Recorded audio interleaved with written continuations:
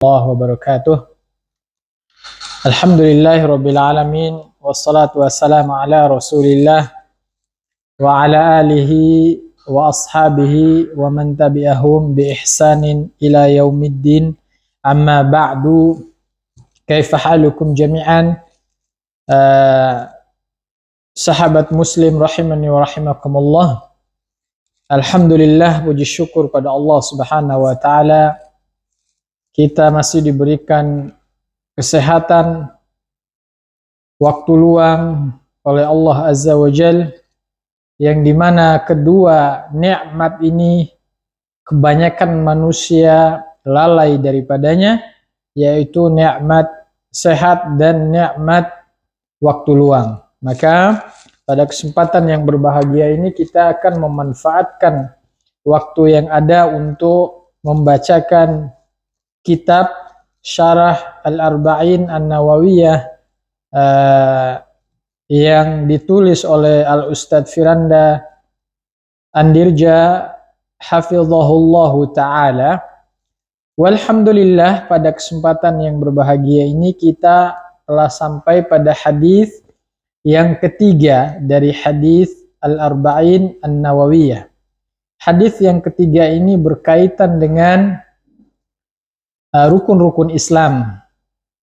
Kita membacakan hadisnya. Bismillahirrahmanirrahim. An Abi Abdurrahman Abdullah bin Umar bin Al-Khattab radhiyallahu anhuma qala sami'tu an-nabiy sallallahu alaihi wasallam yaqul buniyal islamu ala khamsin syahadati an la ilaha illallah wa anna Muhammadan abduhu wa rasuluh wa iqamis salah wa ita'iz zakah wa hajjil bait wa shaumi ramadan. Rawahul Bukhari wa Muslim. Dari Abu Abdurrahman Abdullah bin Umar bin Al-Khattab radhiyallahu anhuma, beliau berkata, aku mendengar Rasulullah sallallahu alaihi wasallam bersabda, Islam dibangun di atas 5 perkara. Yang pertama, bersyahadat kepada Allah Azza wa Jal dan kepada Nabi Muhammad sallallahu alaihi wasallam merupakan utusan Allah Subhanahu wa taala. Yang kedua, menunaikan salat, membayar zakat, melaksanakan ibadah haji dan berpuasa di bulan Ramadan. Hadis riwayat Bukhari nomor 8 dan riwayat Muslim nomor 16. Abu Abdurrahman ini adalah kunyah dari Abdullah, dan Abdullah sendiri adalah anak dari Umar bin Al-Khattab radhiyallahu anhu. Karena keduanya adalah sahabat, oleh karenanya kita mendoakan keduanya dengan radhiyallahu anhuma. Semoga Allah Azza wa Jal meridai keduanya.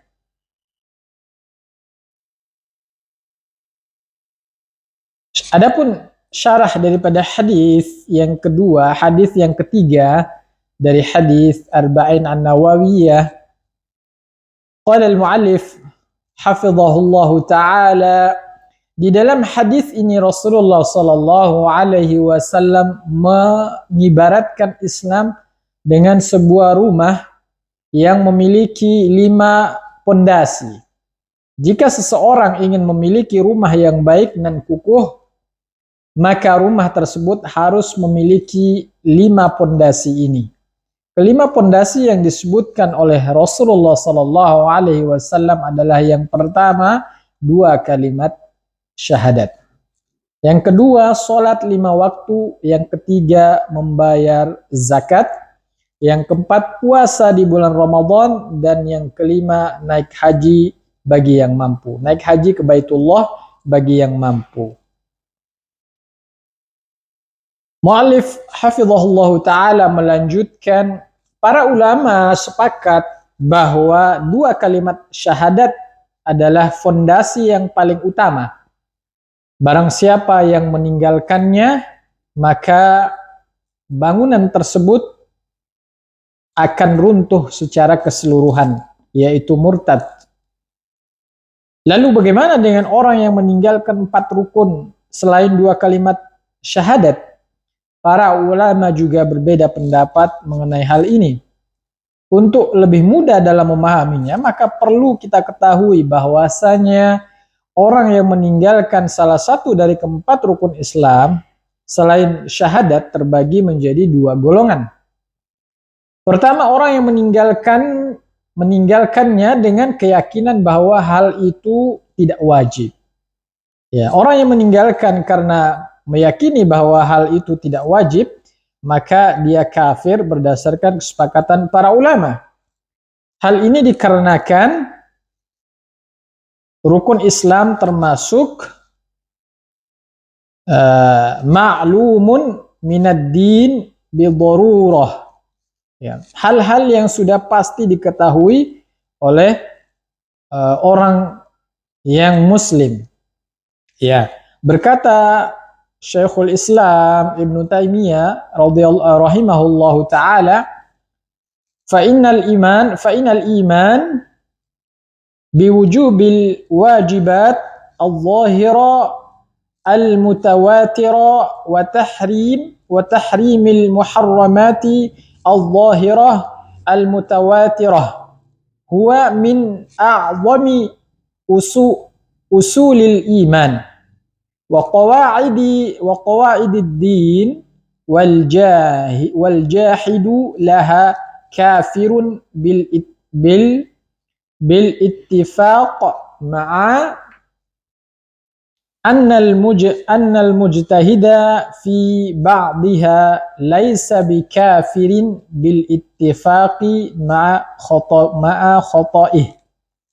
Sesungguhnya beriman akan kewajiban hal-hal wajib dan pelarangan hal-hal yang haram yang jelas dan mutawatir termasuk pokok-pokok keimanan teragung dan termasuk fondasi agama Islam. Iya.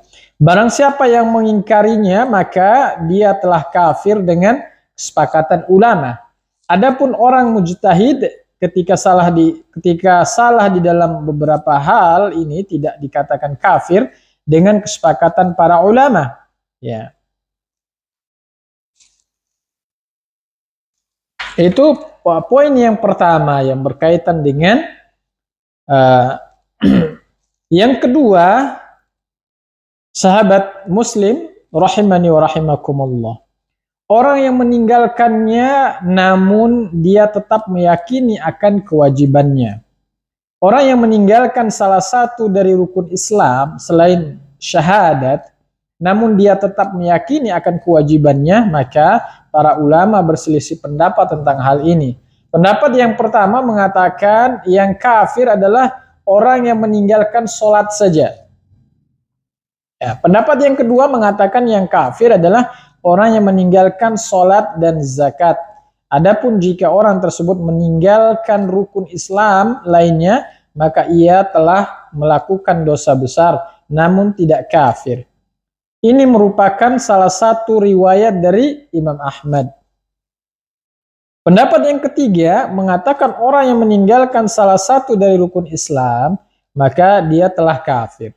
Pendapat ini diriwayatkan dari Sa'id bin Jubair, Nafi al-Hakam, dan ini juga diriwayatkan dari Imam Ahmad. Adapun pendapat yang keempat mengatakan orang yang meninggalkan salah satu dari rukun Islam yang 5 selain 2 syahadat namun dia masih meyakini kewajibannya, maka dia tidak kafir. Ini adalah pendapat yang mu'tamad dalam mazhab Syafi'i, ya. Wallahu a'lam. Pendapat yang lebih kuat adalah pendapat pertama. Adapun kafirnya orang yang meninggalkan selain sholat, maka ini adalah pendapat yang lemah. Buktinya dalam sebuah hadis Rasulullah Shallallahu Alaihi Wasallam menjelaskan bahwa orang yang meninggalkan zakat masih ada kesempatan untuk masuk surga. Man min sahibi dhahabin wala fiddatin la yuaddi minha haqqaha illa idza kana yaumul qiyamah suffihat lahu safaihu min narin فأحمي عليها في نار جهنم فيكوى بها جنبه وجبينه وظهره كلما بردت أعيدت له في يوم كان مقداره 50,000 سنة حتى يقضى بين العباد فيرى سبيله إما إلى الجنة وإما إلى النار. Siapa yang mempunyai emas dan perak tetapi dia tidak membayar zakatnya, maka di hari kiamat akan dibuatkan untuknya setrika dari yang dinyalakan di dalam neraka. Lalu disetrikakan ke lambung, dahi dan punggungnya. Setiap setrika itu dingin, maka akan dipanaskan kembali. Lalu disetrikakan lagi padanya setiap hari, yang mana satu hari itu setara dengan 50 tahun di dunia, hingga perkaranya diputuskan oleh Allah Azza wa Jal. Setelah itu ia melihat jalannya selanjutnya, kalau tidak ke surga maka ke neraka. Hadis riwayat Muslim nomor 984. Sahabat Muslim rahimani wa rahimakumullah, Al-Muallif hafizahullah ta'ala melanjutkan, seandainya orang yang tidak membayar zakat dihukumi kafir, maka tidak ada pilihan baginya untuk masuk surga. Dengan ini perkataan para ulama yang memegang pendapat pertama mengatakan tidak kafirnya orang yang meninggalkan salah satu dari rukun Islam selain 2 syahadat selama dia masih meyakini kewajibannya. Adapun pengecualian, maka terdapat masalah salat, ya, terhadap masalah salat karena terdapat dalil yang menyatakan dengan jelas kafirnya orang yang meninggalkannya. Ya, hukum orang yang meninggalkan salat, perlu diketahui bahwasanya orang yang meninggalkan salat ada 2 macam. Yang pertama, orang yang meninggalkan salat karena meyakini bahwasanya salat tidak wajib baginya. Contohnya adalah orang yang meyakini bahwa dirinya telah mencapai tingkatan hakikat sehingga tidak wajib baginya salat. Para ulama sepakat kafirnya orang yang meninggalkan salat karena mengingkari kewajibannya. Sebagaimana telah dijelaskan, seakan-akan orang tersebut telah menganggap bahwa dirinya boleh keluar dari syariat Rasulullah SAW. Yang kedua, orang yang meninggalkan salat karena malas namun masih meyakini hukum wajibnya salat. Para ulama berbeda pendapat masalah ini. Hal ini dikarenakan terdapat beberapa riwayat yang menyebutkan orang yang meninggalkan salat telah kafir. Di antara riwayat-riwayat tersebut adalah dari sahabat Buraidah bin Husayb radhiyallahu anhu bahwasanya Rasulullah SAW bersabda, "Al-ahdul ladzi bainana wa bainahum as-salah. Faman tarakaha faqad kafara." Perjanjian yang memisahkan antara kita dengan mereka adalah salat. Barang siapa yang meninggalkan salat, maka dia telah kafir. Ini hadis riwayat Ibnu Majah nomor 1079 dan dinyatakan sahih oleh Al-Albani. Hadis yang kedua dari Jabir bin Abdullah radhiyallahu anhu, beliau radhiyallahu anhu mendengar Rasulullah SAW bersabda, "Inna bainar rajuli wa baina syirki wal kufri tarkas salah." Sesungguhnya antara seseorang dengan kesyirikan dan kekufuran adalah meninggalkan salat. Ini hadis riwayat Muslim nomor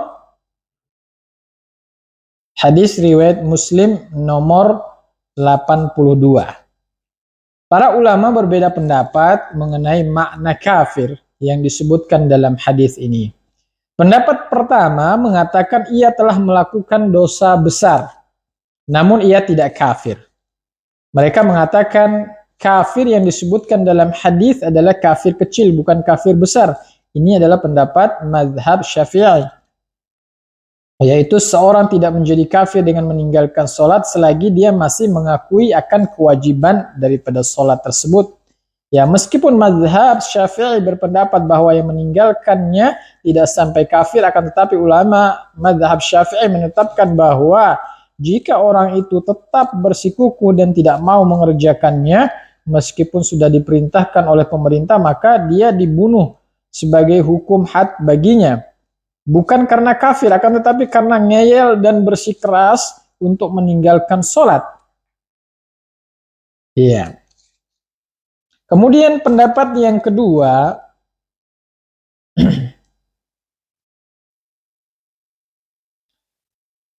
mengatakan ia telah kafir meskipun hanya meninggalkan satu sholat tanpa uzur.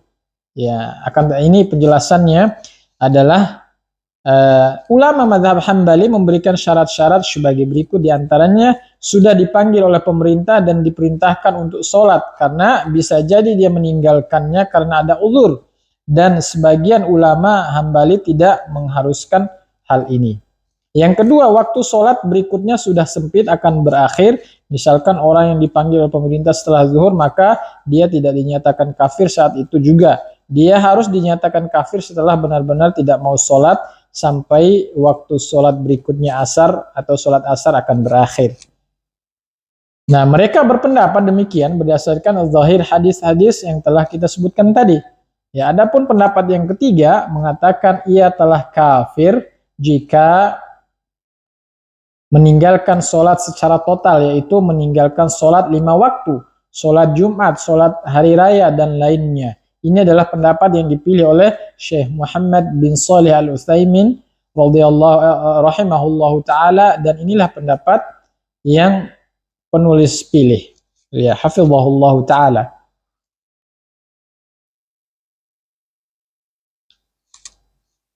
Sahabat muslim rahimani wa rahimakumullah, insyaallah kita akan melanjutkan syarah tentang hadis yang kedua ini, yaitu hadis tentang rukun-rukun Islam, hukumnya bagi orang-orang yang meninggalkan semuanya dan meninggalkan sebagiannya. Insyaallah kita akan melanjutkan pembacaannya pada pertemuan berikutnya. Kita akhiri, wassallallahu ala nabiyina wa barik wasallam, subhanakallahumma bihamdi asyhadu an la ilaha illa anta astaghfiruka wa atubu ilaik. Assalamualaikum warahmatullahi wabarakatuh.